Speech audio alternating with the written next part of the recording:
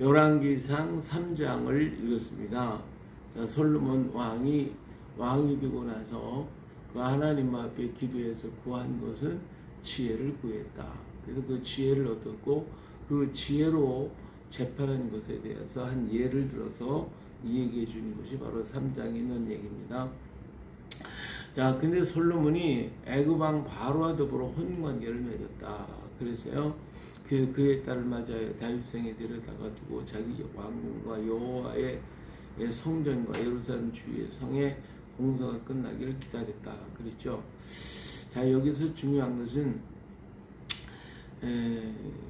솔로몬이 애굽 왕 바로와 더불어 혼인을 맺었고 그의 딸을 맞이해가지고 다윗성에 데려다가 두고 자기 왕궁과 여호와의 성전과 예루살렘 주의 성의 공사를 끝나기를 기다렸다. 그러니까 이 바로와의 결혼을 한 이방인과 결혼을 솔로몬이 다 참 여러 가지로 좋은 일을 많이 했지만 제일 먼저 그가 한 것은 자기 백성과 결혼하는 것이 아니라 이방 여인과 결혼했죠. 물론 이때에 이제 애굽이 큰 나라였고 힘이 있는 나라이니까 거기 잘 하기 위해서 이런 그 국가와 국가 간에 어떤 옛날에 협약이 있으며 협약을 하면은 서로 이 사준 관계를 맺어가지고 관계를 가졌는데 이와 같이 애굽과 먼저 혼인 관계를 맺고 바로의 딸을 데려다가 자기 궁전에 두고 그를 위해서 집을 짓고 하는 이런 과정들을 우리가 봅니다. 자, 여기에서 정말 처음은 아무것도 아닌 것처럼 이렇게 시작이 된 것지만 이것이 바로 작은 아이의 틈을 만들어내는 것이죠. 이렇게 만들다 보니까 결국은 이것이 틈이 점점 벌어지고 세월이 가면 갈수록 점점 여자들의 세력이 이방의 세력이 솔로몬의 마음에 와서 역사를 하게 되어지는데 지금은 그것도 모르고 그냥 결혼하고 강대국이 크니까 이러한 생각이 결국은 그를 무너지게 만들더라고 하는 것이죠. 자, 솔로몬 왕이 이제 기구원에 올라가서 거기서 하나님 앞에 일천 문제를 드렸습니다. 그랬더니 그 밤에 하나님이 나타나셔서 네게 무엇을 줄까 하고 너는 구하라 말씀하시니까 솔로몬이 아버지를 하나님이 선택하시고 아버지를 이어 나를 왕으로 삼아주셨는데 나는 어리고 정말 아무것도 알지 못합니다. 그렇기 때문에 아이라 출입할 줄을 못합니다. 그러니까 하나님의 백성은 정말 큰 백성이에요. 수위가 많고 설 수도 없고 기록할 수도 없사오니 이 많은 백성을 재판할 수 있겠습니까? 그러니까 듣는 그 마음을 나에게 주셔서 바르게 재판하고 판단해서 정말 하나님의 백성들을 잘 인도할 수 있게 해달라고 이렇게 솔로몬이 하나님께 구할 때 하나님께서 그 말씀을 듣고 너무 좋아하셨어요. 그래가지고 내가 이런 지혜를 구하는구나.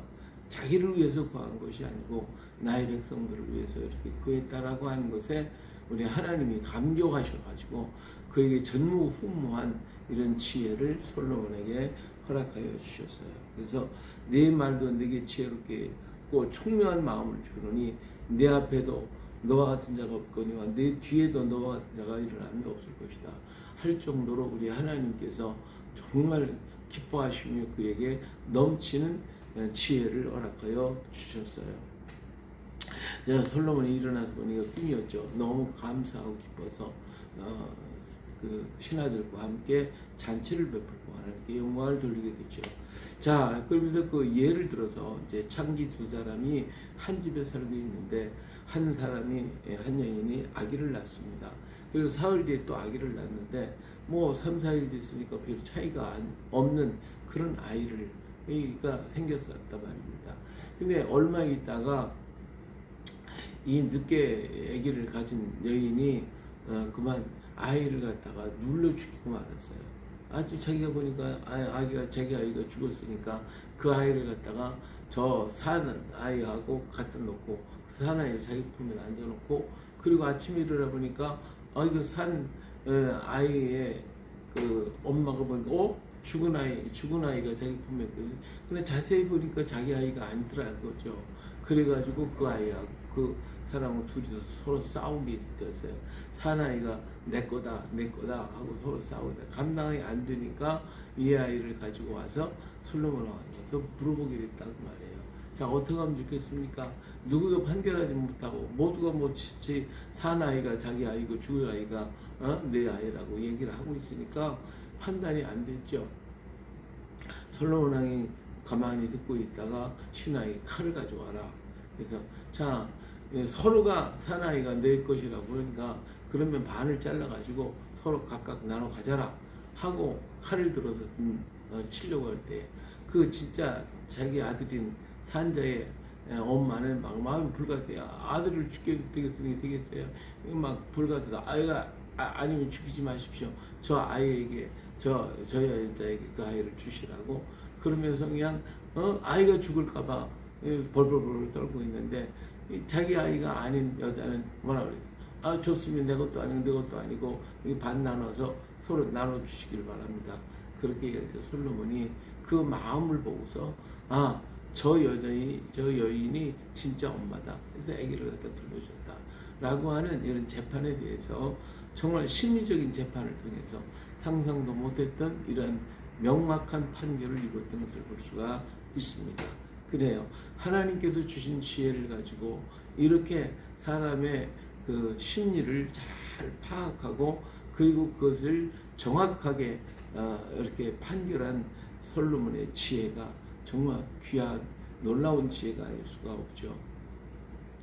자, 그러나 이러한 하나님의 큰 축복을 받았지만 그의 처음의 시작이 그만 애굽 왕 바로의 딸과 결혼함으로써 그와 그의 생각이 점점점 흘러져 가고 있다고 하는 이런 모습을 우리가 볼 때에 오늘 우리는 작은 것이라도 용납하면 그것이 결국은 나를 망하게 만들더라 하는 거예요.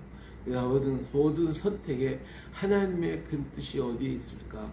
먼저 하나님께 기도하고 하나님의 뜻을 따라서 순종할 수 있어야지 이 이집트 나라가 굉장히 큰 나라니까 큰 나라하고 어떤 협상을 맺어야겠다고 하는 이런 생각이 바로 솔로몬의 잘못된 생각이다 거예요. 우리는 세상적이고 외형적이고 권력과 권세와 능력과 부가 풍성해지면 그 사람과 주눅이 들고 그 사람과 어떤 관계를 맺고 싶어 하는 것이 우리의 마음의 모습 아니겠어요? 그러나 그것을 하나님이 이뻐하느냐? 하나님 원치 않습니다. 세상의 권력, 능력, 힘, 지혜, 돈, 명예 이것이 아니라 하나님은 하나님을 선택하기를 원하시는 것이지 그것을 선택하기를 원하지 않는다 그 말이에요. 우리의 선택이 과연 어떤 것을 기준으로 선택하는가? 세상의 권력과 능력에 굴복하고 거기에 아부하고 있지는 않은가? 우리는 하나님의 능력은 작고 세상의 권력은 큰 것처럼 우리가 인간의 육체를 가지고 이 땅에 있으니까 세상 것에 대해서 매력을 느끼는 건 당연한 것이지만 그러나 그것 때문에 우리 하나님을 소홀히 여긴다면 우리는 하나님 앞에 버림받을 수밖에 없고 하나님을 밀어낼 수밖에 없는 거거든요. 이러한 악한 것을 속지 말고 정말 세상에 아무리 큰 것이 있다 할지라도 오직 주님만을 바라보고 걸어갈 수 있는 우리가 되어야 할 줄로 믿습니다. 예수님께서 세 가지 40일방의 시험 가운데서 세 가지를 다 물리치시고 오직 하나님의 길을 선택하여 가신 것처럼 오늘 우리도 이 땅에 살면서 세상의 모든 것이 아무리 좋고 훌륭한 것 같아도 그것을 버리고 하나님의 뜻을 따라서 갈 수 있는 우리의 믿음이 되어져야 정말 하나님의 일을 할 수 있고 하나님의 뜻을 이루어갈 수가 있게 되었을 것입니다. 오늘도 이 말씀을 기억하고 정말 하나님의 뜻에 합당한 그 일에 우리는 최선을 다하여 걸어가는 우리가 되시기를 예수님의 이름으로 축복합니다. 할렐루야.